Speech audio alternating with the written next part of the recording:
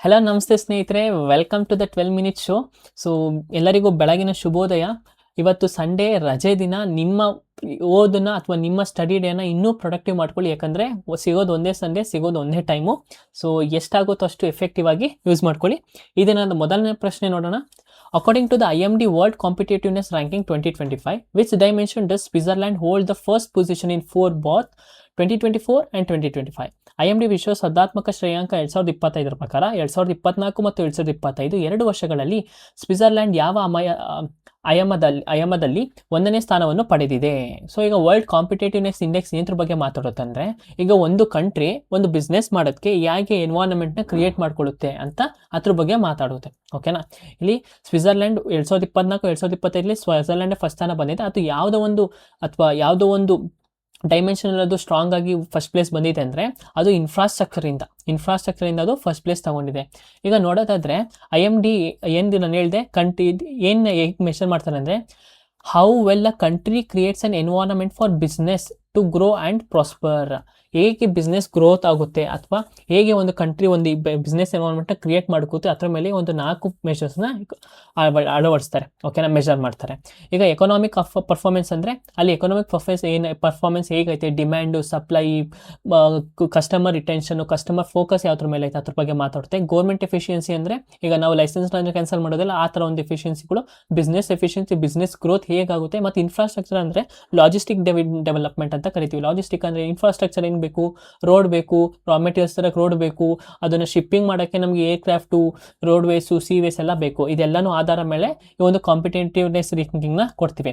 ಈಗ ನಮ್ಮ ಭಾರತದ ನೋಡೋದಾದ್ರೆ, ನಮ್ಮ ಭಾರತದ್ದು 41ನೇ ರ್ಯಾಂಕು ಯಾವಾಗ 2025ರಲ್ಲಿ. 2026ರಲ್ಲಿ ನಮ್ಮ ಭಾರತದ್ದು 43ನೇ ರ್ಯಾಂಕ್. ಓಕೆನಾ.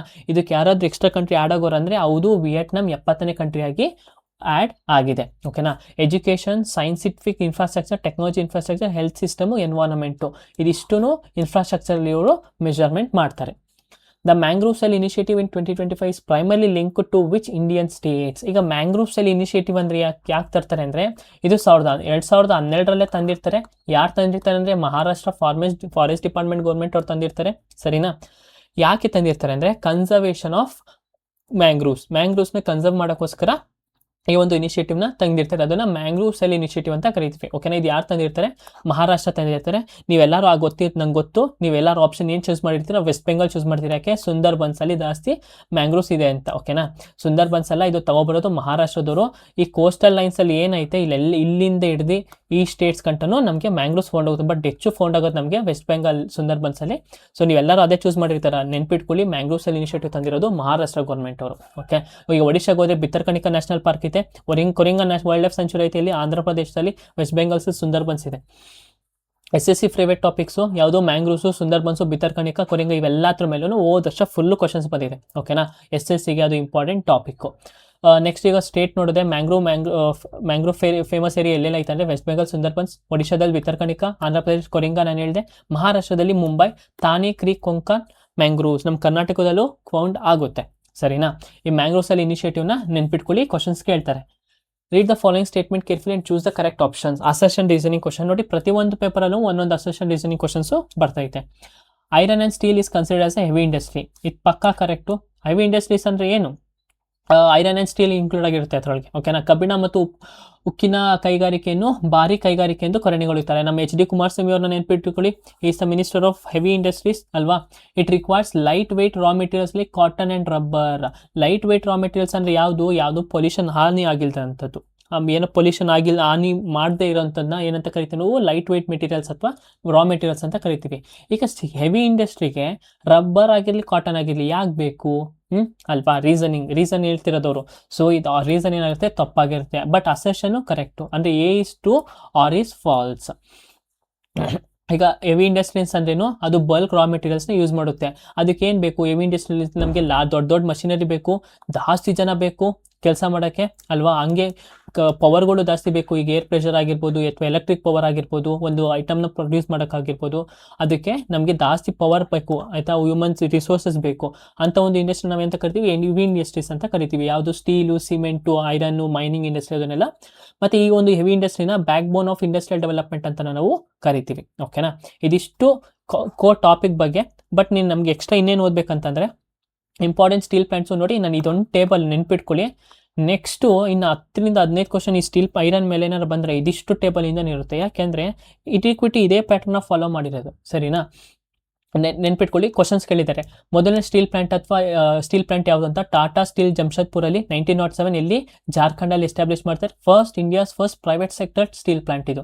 ಅದಲ್ಲಿ ಬಿಲೈ ಸ್ಟೀಲ್ ಪ್ಲಾಂಟ್, ಇದ್ರ ಬಗ್ಗೆನೂ ಕ್ವಶನ್ಸ್ ಬಂದಿದೆ. ಛತ್ತೀಸ್ಗಢ ಮಹಾರಾಷ್ಟ್ರದಲ್ಲಿ ಆ ಒಂದು ಲೊಕೇಟಲ್ ರೀಜನ್ ಆಗಿರೋದು. ಸಾವಿಯತ್ ಯೂನಿಯನ್ ಇದ್ರೊಳಗೆ ಹೆಲ್ಪ್ ತಗೊಂಡಿದ್ದಾರೆ. ಆಮೇಲೆ Rourkela steel plant Odisha 1959 first 5 year plan ಅಲ್ಲಿ ಇದನ್ನು ಎಸ್ಟಾಬ್ಲಿಷ್ ಮಾಡ್ತಾರೆ. Durgapur steel plant first 5 year plan ಅಲ್ಲಿ ಇದನ್ನು ಎಸ್ಟಾಬ್ಲಿಷ್ ಮಾಡ್ತಾರೆ. ಯಾರ ಒಂದಿಗೆ ಅಂದ್ರೆ ಬ್ರಿಟಿಷ್ ಅವರಿಂದ ಹೆಲ್ಪ್ ತಗೊಂಡು, ಓಕೆನಾ, ಅವರ ಒಂದು ಐಡಿಯಾ ಹೆಲ್ಪ್ ತಗೊಂಡು. ರೌಕೆಲಾ ಸ್ಟೀಲ್ ಪ್ಲಾಂಟ್ ಜರ್ಮನ್ ಅವರಿಂದ. ಇದಿಷ್ಟು ನೆನ್ಪಿಟ್ಕೊಳ್ಳಿ, ನಿಮಗೆ ಎಕ್ಸಾಮ್ ಅಲ್ಲಿ ಕೇಳ್ತಾರೆ. ಮತ್ತೆ ನಮ್ಮ ಕರ್ನಾಟಕ ಸ್ಪೆಸಿಫಿಕ್ ಆಗಿ ನೋಡೋದಾದ್ರೆ ನಮ್ಗೆ ಯಾವ್ದೈತೆ ವಿಜಯನಗರ ಸ್ಟೀಲ್ ಪ್ಲಾಂಟ್ ಐತೆ ಕರ್ನಾಟಕದಲ್ಲಿ 1997 ಇದನ್ನ ಸ್ಥಾಪನೆ ಮಾಡ್ತೀವಿ. Consider following statements about the Misty scheme. Misty ಯೋಜನೆಯ ಸಂಬಂಧಿಸಿದಂತೆ ಕೆಳಗಿನ ಹೇಳಿಕೆಗಳನ್ನು ಪರಿಗಣಿಸಿ. ಮಿಸ್ಟಿ ಸ್ಕೀಮ್ ನೀವೆಲ್ಲ ಓದಿರ್ತೀರಾ. ಮಿಸ್ಟಿ ಯಾವುದಕ್ಕೆ ರಿಲೇಟೆಡ್? ಮ್ಯಾಂಗ್ರೋವ್ಸ್ಗೆ ರಿಲೇಟೆಡ್. ನೋಡಿ, ಆಗಲೇ ಒಂದೇ ಎಕ್ಸಾಮಲ್ಲಿ ಎರಡು ಕ್ವಶನ್ ಮ್ಯಾಂಗ್ರೋವ್ಸ್ ಇಂದನೇ ಕೇಳಿದ್ದಾರೆ, ಓಕೆನಾ? ಆಪ್ಷನ್ ನೋಡೋಣ. It aims at mangrove plantation using a scientific method. ಇದು ಕರೆಕ್ಟು. ಮ್ಯಾಂಗ್ರೋವ್ನ ಬೆಳೆಯೋಕ್ಕೋಸ್ಕರ ಒಂದು ಮೆಥಡ್ನ ಯೂಸ್ ಮಾಡ್ತಾರೆ ಆ ಒಂದು ಸ್ಕೀಮಲ್ಲಿ. It was announce during the budget 2023-2024. ಇದು ಕರೆಕ್ಟು. ಯಾರೋ ನಿರ್ಮಲಾ ಸೀತಾರಾಮನ್ ಡೈರೆಕ್ಟ್ ಆಗಿ ಅನೌನ್ಸ್ ಮಾಡ್ತಾರೆ. ಆ ಒಂದು ವಿಡಿಯೋ ಕ್ಲಿಪ್ಸ್ ನೀವು ನೋಡಿರ್ಬೋದು.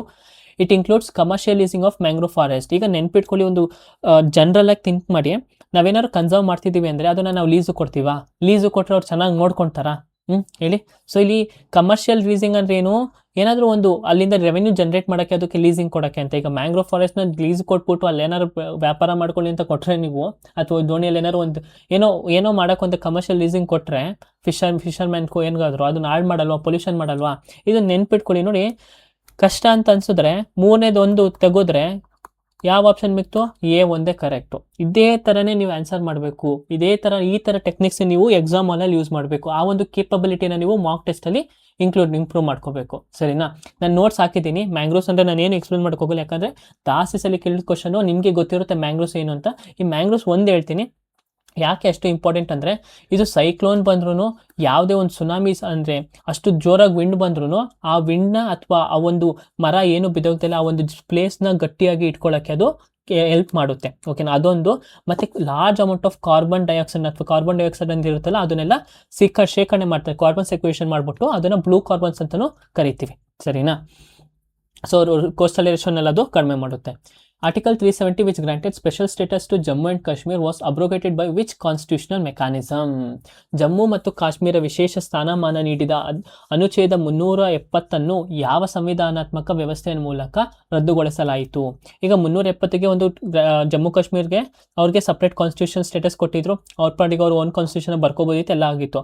ಬಟ್ 2019ರಲ್ಲಿ ನಾಟ್ 2019 ಈಗ ಪ್ರೆಸಿಡೆಂಟ್ ಆರ್ಡರ್ ಅಂಡರ್ ಆರ್ಟಿಕಲ್ 373 ಮೂಲಕ ಏನು ಮಾಡ್ತಾರೆ, ಈ ಒಂದು ಏನು ಕೊಟ್ಟಿದ್ರಲ್ವಾ 370 ಆರ್ಟಿಕಲ್, ಅದನ್ನು ಇನ್ನು ಆಪರೇಟಿವ್ ಅಂತ ಮಾಡ್ತಾರೆ, ಓಕೆನಾ? ಯಾರು? ಪ್ರೆಸಿಡೆಂಟ್ ಆರ್ಡರ್ ಮೂಲಕ. ಯಾವ ಅಮೆಂಡ್ಮೆಂಟು ಇಲ್ಲ, ಯಾವ ಆರ್ಡಿನೆನ್ಸು ಇಲ್ಲ, ಯಾವುದೇ ಒಂದು ಆಕ್ಟ್ ಮುಖಾಂತರನೂ ಅಲ್ಲ. ಇದನ್ನು ಪ್ರೆಸಿಡೆಂಟ್ಸ್ ಆರ್ಡರ್ ಮುಖಾಂತರ ಆರ್ಟಿಕಲ್ 373 ಮುಖಾಂತರ ಈ ಒಂದು ಲಾನ ಅಥವಾ ಈ ಒಂದು ಆರ್ಟಿಕಲ್ನ ಇನ್ನು ಆಪರೇಟಿವ್ ಅಂದರೆ ಇನ್ಮೇಲಿಂದ ಅದನ್ನು ಆಪರೇಟ್ ಮಾಡೋಕ್ಕೆ ಆಗಲ್ಲ ಅಂತ ಮಾಡ್ತಾರೆ, ಓಕೆನಾ? ಇದು ನೆನ್ಪಿಟ್ಕೊಳ್ಳಿ. ಫಸ್ಟ್ ಏನಿತ್ತು, ಜಮ್ಮು ಕಾಶ್ಮೀರ್ಗೆ ಓನ್ ಕಾನ್ಸ್ಟಿಟ್ಯೂಷನ್ ಎಸ್ಟಾಬ್ಲಿಷ್ ಮಾಡೋಕ್ಕಾಗಿತ್ತು, ನಾನೆಲ್ಲ ಹೇಳ್ದೆ. But 2019 on August 2019 the special status was effectively ended through a constitutional process. ಯಾರಿಂದ ಅಂತಂದರೆ ಪ್ರೆಸಿಡೆಂಟ್ ಅವರ ಒಂದು ಆರ್ಡರಿಂದ. ಆರ್ಟಿಕಲ್ ನೆನ್ಪಿಟ್ಕೊಳ್ಳಿ, 370 ಜಮ್ಮು ಕಾಶ್ಮೀರ್ಗೆ ಸ್ಪೆಷಲ್ ಸ್ಟೇಟಸ್ಸು. 371 ಜೆ ಗಂಟಲು ನಿಮಗೆ ನೆನಪಿರಬೇಕು. ಆಮೇಲೆ 356 president rule. 368 amendment of the constitution, CAA ಅಂತ ಕಾನ್ಸ್ಟಿಟ್ಯೂಷನ್ ಅಮೆಂಡ್ಮೆಂಟ್ ಆಕ್ಟ್ಸ್ ಅಂತ ಕರಿತೀವಿ. 373 powers to declare article 373 as inoperative. ಯಾರಿಗೆ ಆ ಪವರ್ ಐತೆ ಅಂತಂದರೆ ಪ್ರೆಸಿಡೆಂಟ್ ಆಫ್ ಇಂಡಿಯಾಗೆ ಆ ಪವರ್ ಐತೆ. Which of the following statements about the light industries is correct? ಈಗ ಲೈಟ್ ಇಂಡಸ್ಟ್ರೀಸ್ ಅಂತಂದ್ರೆ ಏನು? ನಾನು ಹೇಳಿದೆ, ಯಾವುದೇ ಥರ ಪೊಲ್ಯೂಷನ್ ಯೂಸ್ ಮಾಡ್ದಿರೋಂಥ ಒಂದು ಇಂಡಸ್ಟ್ರೀಸ್ಗಳನ್ನ ನಾವು ಲೈಟ್ ಇಂಡಸ್ಟ್ರೀಸ್ ಅಂತ. ಈಗ ಗಾರ್ಮೆಂಟ್ಸ್ ಇಂಡಸ್ಟ್ರಿಯಲ್ಲಿ ಬಟ್ಟೆನ ಯೂಸ್ ಮಾಡ್ತಾರೆ. ಈಗ ಬಟ್ಟೆಯಲ್ಲಿ ಏನಾದರೂ ಒಂದು ಪೊಲ್ಯೂಷನ್ ಗ್ಯಾಸ್ ಏನಾದರೂ ಬಿಡ್ತಾರೆ ಅಂತ ಇಂಡಸ್ಟ್ರಿ ನಾವೇನಂತೀವಿ ಲೈಟ್ ಇಂಡಸ್ಟ್ರೀಸ್ ಅಂತ ನಾವು ಕರಿತೀವಿ. ಆಪ್ಷನ್ ನೋಡಿದ್ರೆ they process heavy ores and minerals ಎಲ್ಲ ಹೆವಿ ಇಂಡಸ್ಟ್ರಿಗೆ ಬರುತ್ತೆ. ಆಪ್ಷನ್ ತಪ್ಪು. ನೋಡಿ, ಒಂದೇ ಕಾನ್ಸೆಪ್ಟ್ ಮೇಲೆ 2 ಕ್ವಶನ್ಗಳು ಒಂದೇ ಎಕ್ಸಾಮಲ್ಲಿ. They produce large scale industries machine, ಅವರು small scale industries, textile industries ಬರುತ್ತೆ. They require bulky and heavy raw materials. They use light materials to make consumer goods. ಅವರು ಕಡಿಮೆ ಲೈಟ್ ಮೆಟೀರಿಯಲ್ಸ್ನ ಯೂಸ್ ಮಾಡ್ತಾರೆ. ಫಾರ್ ಎಕ್ಸಾಂಪಲ್ ಕ್ಲೋತು, ಆ ಥರ. ನೋಡಿ, heavy industries, light industries ಯಾವ್ದು ಅಂತ ಕೊಟ್ಟಿದ್ದೀನಿ. PPT ನ ಡೌನ್ಲೋಡ್ ಮಾಡಿಕೊಂಡು ಟೆಲಿಗ್ರಾಮ್ ಜಾಯಿನ್ ಆದಮೇಲೆ PPT ಡೌನ್ಲೋಡ್ ಮಾಡ್ಕೊಂಡು ನೀವು ಆರಾಮಾಗಿ ನೋಡ್ಬೋದು. Schedule 7 of the constitution contain, ಸಂವಿಧಾನದ 7ನೇ ಅನುಸೂಚಿಯಲ್ಲಿ ಡ್ಯಾಶ್ ಒಳಗೊಂಡಿದೆ. ಏನು ಒಳಗೊಂಡಿದೆ? 3 ಲಿಸ್ಟ್ಗಳು. 3 ಲೆಜಿಸ್ಲೇಟಿವ್ ಲಿಸ್ಟ್. ಲೆಜಿಸ್ಲೇಟಿವ್ ಲಿಸ್ಟ್ ಅಂದರೆ ಲಾ ಮೇಕಿಂಗ್ ಅಂತ ಕರಿತೀವಿ. ಲೆಜಿಸ್ಲೇಟಿವ್ ಅಂದರೆ ಲಾ ಮೇಕಿಂಗ್ ಲಿಸ್ಟ್ ಅಂತ ಕರಿತೀವಿ. Union list, concurrent list, state list ಅಂತ 3 ಡಿವೈಡ್ ಆಗಿದೆ. ನಾನು ಎಲ್ಲ ಲಿಸ್ಟ್ ಮಾಡಿ ಡಿಫೆನ್ಸ್, ಬ್ಯಾಂಕಿಂಗ್, ಕರೆನ್ಸಿ ಮೇಜರ್ ಎಲ್ಲ ಯೂನಿಯನ್ ಡಿಸೈಡ್ ಮಾಡುತ್ತೆ. ನಮ್ಮ ಸ್ಟೇಟ್ ನಾವೇನು ಮಾಡ್ಬೋದು ಅಂದರೆ ನಮ್ಮ ಪೊಲೀಸು, ಟ್ರೇಡು, ಅಗ್ರಿಕಲ್ಚರ್, ಇರಿಗೇಷನು ಇದೆಲ್ಲ ಸ್ಟೇಟ್ ಮಾಡ್ಬೋದು. ಇವೆರಡು ಸೇರಿ ಯಾವುದು ಸ್ಟೇಟ್ ಗೌರ್ಮೆಂಟ್, ಸೆಂಟ್ರಲ್ ಗೌರ್ಮೆಂಟ್ ಎರಡು ಸೇರಿ ಏನು ಮಾಡ್ಬೋದು ಅಂದರೆ ಎಜುಕೇಷನು, ಫಾರೆಸ್ಟು, ಟ್ರೇಡು, ಮ್ಯಾರೇಜು, ಅಡಾಪ್ಷನು, ಸಸೆಷನ್ ಇದನ್ನೆಲ್ಲ ಇಬ್ಬರು ಕೂತಿ ಡೀಲ್ ಮಾಡ್ಬೋದು. A coastal city implementation of plan to build a sea wall and elevate building in response to rising sea level. This action primarily falls under which category of the climate change? ಈಗ ಸಮುದ್ರದ ಹತ್ರ ಅಂದರೆ coastal city ಹತ್ರ ಏನು ಬಿಲ್ಡಿಂಗ್ನ build ಮಾಡಬೇಕು ಮತ್ತು ಮನೆಗಳೆಲ್ಲ ಎತ್ತರ ಪ್ರದೇಶದಲ್ಲಿ ಬಿಲ್ಡ್ ಮಾಡಬೇಕು ಅಂತ ಒಂದು ಪ್ಲ್ಯಾನ್ನ ಇಂಪ್ಲಿಮೆಂಟ್ ಮಾಡ್ತಾರೆ. ಈ ಒಂದು ಪ್ಲ್ಯಾನು ಯಾವೊಂದು ರೆಸ್ಪಾನ್ಸ್ ಅಂದರೆ ಕ್ಲೈಮೇಟ್ ಚೇಂಜ್ಗೆ ರೆಸ್ಪಾನ್ಸ್ಗೆ ನಾವು ಯಾವೊಂದು ಅಡಿಯಲ್ಲಿ ಸೇರಿಸ್ತೀವಿ ಅಂತ ಕೇಳಿದ್ದಾರೆ. ಈಗ ಕ್ಲೈಮೇಟ್ ಚೇಂಜ್ ಮಿಟಿಗೇಷನ್. ಈ ಕ್ಲೈಮೇಟ್ ಚೇಂಜ್ ಮಿಟಿಗೇಷನ್ ಅಂದರೆ ಕ್ಲೈಮೇಟ್ ಚೇಂಜ್ ಆಗೋದನ್ನೇ ನಾವು ತಡೆಯ ಮಾಡೋದು. ಯಾಕಂದ್ರೆ ಜಾಸ್ತಿ ಪೊಲ್ಯೂಷನ್ ಆದರೆ ನಮಗೆ ಹಾನಿ ಆಗುತ್ತಲ್ವಾ, ಕ್ಲೈಮೇಟ್ ಚೇಂಜು ಜಾಸ್ತಿ ಆಗುತ್ತೆ. ಅದಕ್ಕೋಸ್ಕರ ನಾವು ಏರ್ ಪೊಲ್ಯೂಷನ್ ಕಡಿಮೆ ಮಾಡೋದನ್ನ ಅದನ್ನು ಕ್ಲೈಮೇಟ್ ಚೇಂಜ್ ಮಿಟಿಗೇಷನ್ ಪ್ರೊಸೆಸ್ ಅಂತ ಕರೀತಾರೆ. ಸೊ ಇಲ್ಲಿ ಏನು ಕೇಳಿದರೆ, ಬಟ್ ನಾವಿಲ್ಲಿ ಏನೋ ಒಂದು ಇಂಪ್ಲಿಮೆಂಟ್ ಮಾಡ್ತಾ ಇದ್ದೀವಿ, ಅದನ್ನು ಬಿಲ್ಡ್ ಮಾಡ್ತಾ ಇದ್ದೀವಿ. ಯಾಕೆ ಅಂದರೆ ಕ್ಲೈಮೇಟ್ ನಾವು ಇದೇನೋ ಬಿಲ್ಡ್ ಮಾಡಿದ್ರೆ ಕ್ಲೈಮೇಟ್ ಚೇಂಜ್ ಏನಾರು ಆಗುತ್ತಾ? ಆಗಲ್ಲ. ಸೊ ಮಿಟಿಗೇಷನ್ ಆಗಲ್ಲ. ಕಾರ್ಬನ್ ಸೆಕ್ವಿಸ್ಟ್ರೇಷನ್, ಈಗ ಬಿಲ್ಡಿಂಗ್ ಬಿಲ್ಡ್ ಮಾಡಿದ್ರೆ ಕಾರ್ಬನ್ ಏನಾರು ಕಡಿಮೆ ಆಗುತ್ತಾ? ಅದು ಆಗಲ್ಲ. ಜಿಯೋ ಇಂಜಿನಿಯರಿಂಗ್ ಏನು ಮಾತಾಡುತ್ತೆ? ಜಿಯೋ ಇಂಜಿನಿಯರಿಂಗ್ ಅಂದರೆ ಇಟ್ ಈಸ್ ಅರ್ತ್ ಇಂಜಿನಿಯರಿಂಗ್ ಅಂತ ಕರಿತೆ. ಜಿಯೋ ಅಂದರೆ ಅರ್ತ್ ಬಗ್ಗೆ ಇಂಜಿನಿಯರಿಂಗ್ ಬಗ್ಗೆ ಮಾತಾಡುತ್ತೆ. ಅದು ಯಾವುದಕ್ಕೂ ರಿಲೇಟೆಡ್ ಇಲ್ಲ. ಇಲ್ಲಿ ಕ್ಲೈಮೇಟ್ ಚೇಂಜ್ ಅಡಾಪ್ಟೇಷನ್ ಅಂತ ಕರಿತೀವಿ. ಲಾಸ್ಟ್ ಆಪ್ಷನ್ ಉಳಿದಿರೋದು ಅಂದರೆ ಹವಾಮಾನ ಬದಲಾವಣೆ ಹೊಂದಿಗೆ. ಈಗ ಯಾಕೆ ಅದನ್ನು ಬಿಲ್ಡ್ ಮಾಡ್ತಾರೆ? ಈಗ ಫೋರ್ಸ್ ಆಗಿ ಸೈಕ್ಲೋನ್ ಆಯಿತು, ನೀರಿನ ಅಂದರೆ ವೇವ್ಸ್ಗಳು ಜಾಸ್ತಿ ಆಯಿತು ಅಂದ್ಕೊಳ್ಳಿ, ಬಂದು ಹಿಟ್ ಆದಾಗ ನಾವೇನೋ ಸ್ವಲ್ಪ ಎತ್ತರ ಪ್ರದೇಶದಲ್ಲಿ ಇದ್ದರೆ ಏನಾಗುತ್ತೆ, ನಮಗೆ ಮನೆ ಒಳಗೆಲ್ಲ ನೀರು ನುಗ್ಗಲ್ಲ. ಇದು ಒಂದು ಸಿಂಪಲ್ ಕಾನ್ಸೆಪ್ಟು ಡಿಸಾಸ್ಟರ್ ಮ್ಯಾನೇಜ್ಮೆಂಟಲ್ಲಿ. What specific physical quantities ensure the satellite maintain its orbit without continuous propulsion? ಉಪಗ್ರಹ ನಿಯಂತ್ರಣ ಚಾಲನಾ ಶಕ್ತಿ ಇಲ್ಲದೆ ತನ್ನ ಕಕ್ಷೆಯಲ್ಲಿ ಉಳಿಯಲು ಯಾವ ನಿರ್ದಿಷ್ಟ ಭೌತಿಕ ಪ್ರಮಾಣ ಸಹಾಯಕ ಪಡೆಯುತ್ತದೆ? What specific physical quantity ensures satellite maintains its orbit without continuous propulsion. ಈಗ ಒಂದು ಆರ್ಬಿಟಲ್ಲಿ ಸ್ಯಾಟಲೈಟ್ ಏನಾಗ್ತಿರ್ಬೇಕು? ಇದು ಸ್ಯಾಟಲೈಟ್ ಅನ್ಕೊಳ್ಳಿ, ಅಂದರೆ ಏನಾಗಬೇಕು, ಅದು ರಿವಾಲ್ವ್ ಆಗ್ತಾ ಇರಬೇಕು. ಸ್ವಲ್ಪ ಟೈಮಲ್ಲಿ ಏನು ಪ್ರೊಪಲ್ಷನ್ ಅಂದರೆ ಅದಕ್ಕೆ ಗ್ಯಾಸ್ ತಗೊಂಡ್ರೆ ಯೂಸ್ ಮಾಡಿ ಅದು ರಿವಾಲ್ವ್ ಆಗ್ತಿರುತ್ತೆ. ಇನ್ನು ಕೆಲವೊಂದು ಟೈಮಲ್ಲಿ ಏನು ಮಾಡುತ್ತೆ, ಅದು ವೆಲಾಸಿಟಿಯಿಂದ, ಅದು ಆರ್ಬಿಟಲ್ ವೆಲಾಸಿಟಿಯಿಂದ ರಿವಾಲ್ವ್ ಆಗ್ತಾ ಇರುತ್ತೆ. ಗ್ರಾವಿಟೇಷನಲ್ ಪುಲ್ಲು ಅಲ್ಲ, ಮಾಸು ಅಲ್ಲ, ಅಟ್ಮಾಸ್ಫಿಯರ್ ಡ್ರ್ಯಾಗು ಅಲ್ಲ. ಅಟ್ಮಾಸ್ಫಿಯರ್ ಡ್ರ್ಯಾಗ್ ಅಂದರೆ ಹೇಳ್ಕೊಳ್ಳುತ್ತೆ, ಗ್ರಾವಿಟೇಷನಲ್ ಪುಲ್ ಅಂದರೆ ಕೆಳಗಡೆ ಬಿದ್ದೋಗ್ಬಿಡುತ್ತೆ. ಸೊ ಆರ್ಬಿಟಲ್ ವೆಲಾಸಿಟಿ ಇದ್ದಾಗ ಏನಾಗುತ್ತೆ, ಅದು ರಿವಾಲ್ವ್ ಆಗ್ತಾನೆ ಇರುತ್ತೆ. ಈಗ ನೋಡಿ, ಡೈರೆಕ್ಷನ್ ಆಫ್ ವೆಲಾಸಿಟಿ ಹಿಂಗೆ, ಇದು ವೆಲಾಸಿಟಿ ಹೆಂಗಿರುತ್ತೆ, ಕೆಳಗಿರುತ್ತೆ ಯಾವಾಗ, ಯಾಕಂದರೆ ಅಷ್ಟು ಸ್ಪೀಡ್ ಜಾಸ್ತಿ ಇರುತ್ತೆ. ಡೈರೆಕ್ಷನ್ ಆಫ್ ಗ್ರಾವಿಟಿ, ವೆಲಾಸಿಟಿ ನೋಡಿ, ಇದು ವೆಲಾಸಿಟಿ, ಈ ಕಡೆ ವೆಲಾಸಿಟಿ ಇರುತ್ತಾ, ಗ್ರಾವಿಟಿ ಏನು ಕೆಳಗೆ ಬೀಳುತ್ತೆ. ಡೈರೆಕ್ಷನ್ ಆಫ್ ಟ್ರಾವೆಲ್ ಹೆಂಗಾಗ್ತಿರುತ್ತೆ, ಈ ಕಡೆ ಹಿಂಗೆ rotate ಆಗಬೇಕಲ್ವಾ.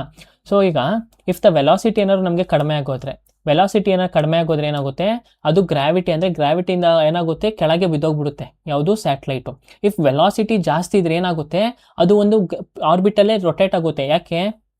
The satellite escapes earth's gravity by travel in to the space. ಆ ಒಂದು ಅರ್ತ್ ಗ್ರಾವಿಟೇಷನಲ್ ಪುಲ್ ಏನು ಮಾಡುತ್ತೆ, ಅದು ಎಸ್ಕೇಪ್ ಆಗುತ್ತೆ. ಅವಾಗ ವೆಲಾಸಿಟಿ ಜಾಸ್ತಿ ಇದ್ದಾಗ ಅವಾಗ ಏನಾಗುತ್ತೆ, ಅದು ಆರ್ಬಿಟಲಲ್ಲಿ ರಿವಾಲ್ವ್ ಆಗೋಕ್ಕೆ ಹೆಲ್ಪ್ ಮಾಡುತ್ತೆ. ನೋಡಿದ್ರೆ ಎಷ್ಟು ಡೀಪ್ ಆಗಿ ಕ್ವಶನ್ಸ್ಗಳಿದೆ ಅಂತ. ಬಟ್ ಡೀಪ್ ಅಂತ ಅನ್ಕೊಂತೀವಿ, ಬಟ್ ಇದು ನಮಗೆ ಗೊತ್ತಿರಬೇಕು. Evaluate these statements regarding the atmospheric layers. Most weather phenomena occurs in the stratosphere. The ozone layer is primarily found in the troposphere. ಎಷ್ಟೊಂದು ವೆದರ್ ಫಿನೋಮಿನಾ ಎಲ್ಲ ಅರ್ಥ ಸ್ಟ್ಯಾಟೋಸ್ಫಿಯರ್ ಅಲ್ಲ ನೋಡಿ, ಇದೆರಡು ಉಲ್ಟಾ ಕೊಟ್ಟಿದ್ದಾರೆ. ಇದು ಇಲ್ಲಿ ಹೋಗಬೇಕು, ಇದು ಇಲ್ಲಿ ಬರಬೇಕು. Neither one and not statements are correct. ನಾನು ಈ ಥರ ಒಂದು ಕ್ವಶನ್ಸ್, ಬೇಸಿಕ್ ಕ್ವಶನ್ಸ್ ನಿಮ್ಗೆ ತುಂಬ ಈಸಿ ನೋಟ್ಸು ಹಾಕಿರ್ತೀನಿ.